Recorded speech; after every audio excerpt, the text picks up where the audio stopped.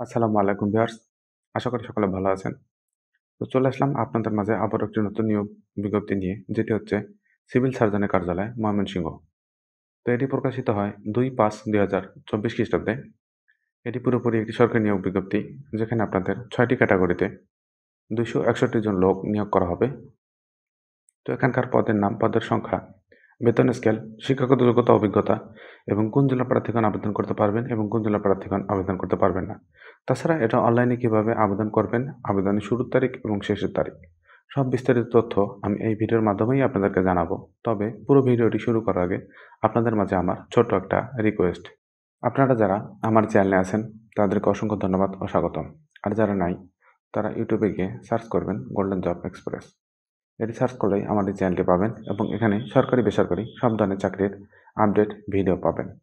পাশাপাশি শুক্রবার সাপ্তাহিক যে চাকরিটা সেটিও এখানে ভিডিও আকারে পাবেন। ভিডিও ডিসক্রিপশন বক্সে গেলে আপনারা apply link plus website link দুটোই পাবেন, যেখান থেকে খুব সহজেই অ্যাপ্লাই করতে পারবেন। তাছাড়াও যদি অ্যাপ্লাই করতে কোনো সমস্যা হয় তো ভিডিও ডিসক্রিপশন বক্সে আমার হোয়াটসঅ্যাপ নাম্বার দেওয়া থাকে, সেখান থেকে আমার সাথে যোগাযোগ করবেন।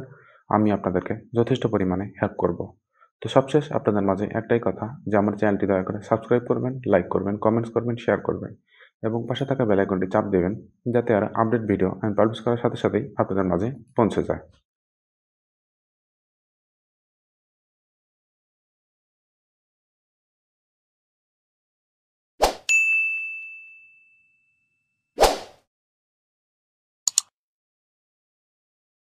আবারও চলে আসলাম মূল ভিডিওতে।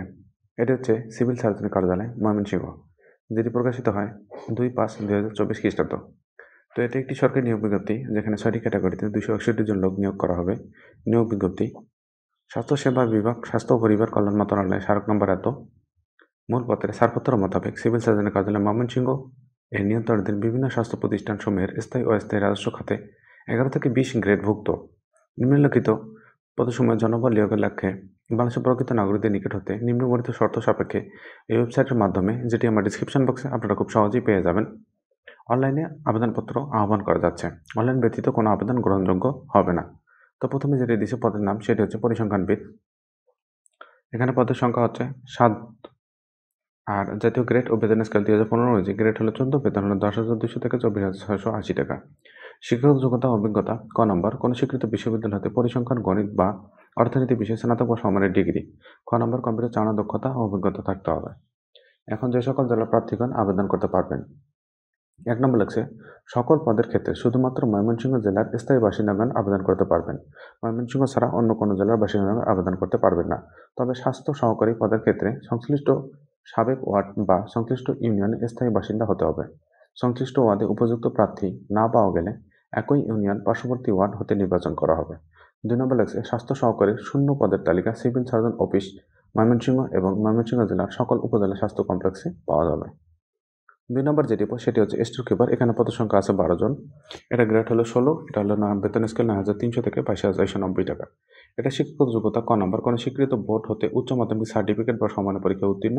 খ নম্বর, স্টোর কিপার পদধারীগণকে সরকারি বিধি অনুযায়ী জামানত প্রদান করতে হবে। এটাও আপনারা ওই একই জেলার প্রার্থীগণ আবেদন করতে পারবেন। তো ১ থেকে ৬ নম্বর যে পোস্ট আছে সবটার জন্যই এটা একই। তারপর ৩ নম্বর যেটি সেটি হচ্ছে অফিস সহকারী কাম কম্পিউটার মুদ্রা খারিক। এখানে পদের সংখ্যা আছে ৫ জন। শিক্ষাগত যোগ্যতা: তার আগে আছে জাতীয় বেতন স্কেল গ্রেড হলো ১৬, এটা বেতন স্কেল হলো ৯,৩০০ থেকে ২২,৪৯০। শিক্ষাগত যোগ্যতা: ক নম্বর হবে, কোনো স্বীকৃত বোর্ড হতে অনন্য দ্বিতীয় বিভাগ বা সমমানের সিজিপিএতে উচ্চ মাধ্যমিক সার্টিফিকেট বা সমমানের পরীক্ষা উত্তীর্ণ, মানে এইচএসসি পাশ হলেই আবেদন করতে পারবেন। খ নম্বর, কম্পিউটার চালানোর দক্ষতা এবং কম্পিউটার ব্যবহারের ক্ষেত্রে MS Word, Excel, PowerPoint, data এন্ট্রির কাজে দক্ষতা থাকতে হবে। গ নম্বর লাগছে, টাইপিং এবং প্রতি মিনিটে বাংলায় অনন্য ২০ শব্দ এবং ইংরেজিতে অনন্য ২০ শব্দের গতি থাকতে হবে। ৪ নম্বর যেটি সেটি হচ্ছে স্বাস্থ্য সহকারী। এখানে পদসংখ্যা আছে ২৩১ জন, অনেক বেশি, যেটা আপনার ময়মনসিংহ জেলা বাসিন্দাগণ দেখে নেবেন। এটা হচ্ছে গ্রেড ১৬, বেতন স্কেল ৯,৩০০ থেকে ২২,৪৯০ টাকা। এটার শিক্ষাগত যোগ্যতা: ক নম্বর, কোনো স্বীকৃত বোর্ড হতে উচ্চ মাধ্যমিক সার্টিফিকেট বা সমমানের পরীক্ষায় উত্তীর্ণ। এখানে কোনো অভিজ্ঞতার দরকার নেই, শুধুমাত্র আপনারা এইচএসসি পাস হলেই আবেদন করতে পারবেন। ৫ নম্বর যেটি সেটি হচ্ছে গাড়ি চালক। এখানে পদসংখ্যা আছে ৩টি। এটা হলো গ্রেড ১৬।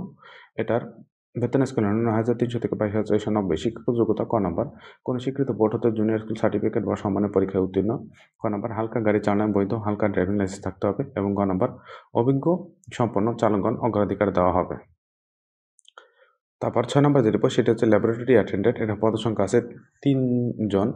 এটা গ্রেড হলো ১৯। এখানে বেতন স্কেল হলো ৮৫০০ থেকে ২০৫৭০ টাকা। তো এটা শিক্ষাগত যোগ্যতা কোনো স্বীকৃত শিক্ষা বোর্ড হতে মাধ্যমিক স্কুল সার্টিফিকেট বা সমান পরীক্ষায় উত্তীর্ণ। মানে আপনার এসএসসি পাস হলেই এখানে আবেদন করতে পারবেন। তো এখানে আবেদনের শর্তাবলী কিছু এবং নির্দেশাবলী দেওয়া আছে, যেগুলো আমার ডিসক্রিপশন বক্সে আপনারা খুব সহজেই পেয়ে যাবেন। সেখান থেকে আপনারা কালেক্ট করে নেবেন। তো এখানে অনলাইনে এটা আবেদন করতে হবে আপনাদেরকে। অনলাইন ব্যতীত কিন্তু কোনো আবেদন গ্রহণযোগ্য হবে না। তো অনলাইনে যে ওয়েবসাইটের মাধ্যমে আপনারা আবেদন করবেন, সেই ওয়েবসাইট খুব সহজেই আমার ডিসক্রিপশন বক্সে আপনারা পেয়ে যাবেন। এখন আবেদন অনলাইনে ফরম পূরণের শুরুর তারিখ। এখানে লিখছে অনলাইন আবেদনপত্র পূরণ এবং পরীক্ষার ফি জমা দানের শুরুর তারিখ হবে ৮/৫/২০২৪ খ্রিস্টাব্দ সকাল ৯টা। আমি আবারও বলতেছি, অনলাইনে আবেদনপত্র পূরণ এবং পরীক্ষার ফি জমাদানের শুরুর তারিখ ৮/৫/২০২৪ এবং এটা আবেদনের শেষের তারিখ হচ্ছে ২৮/৫/২০২৪। এটা হচ্ছে বিকাল ৫টা। ২৮/৫/২০২৪ বিকাল ৫টা। এই সময়ের মধ্যে আপনারা এখানে আবেদন করবেন। আর আবেদন করতে যদি কোনো সমস্যা হয় বা কী লাগবে না লাগবে সব বিস্তারিত তথ্য আমি আপনাদেরকে জানাবো। তবে হচ্ছে আমার হোয়াটসঅ্যাপে যোগাযোগ করবেন। ডিসক্রিপশন বক্সে হোয়াটসঅ্যাপ নাম্বার দেওয়া থাকে। তাহলে আমি আপনাদেরকে খুব সহজেই জানিয়ে দিতে পারবো। তো আজকের এই ভিডিওতে আমার সাথে থাকার জন্য আপনাদেরকে অসংখ্য ধন্যবাদ।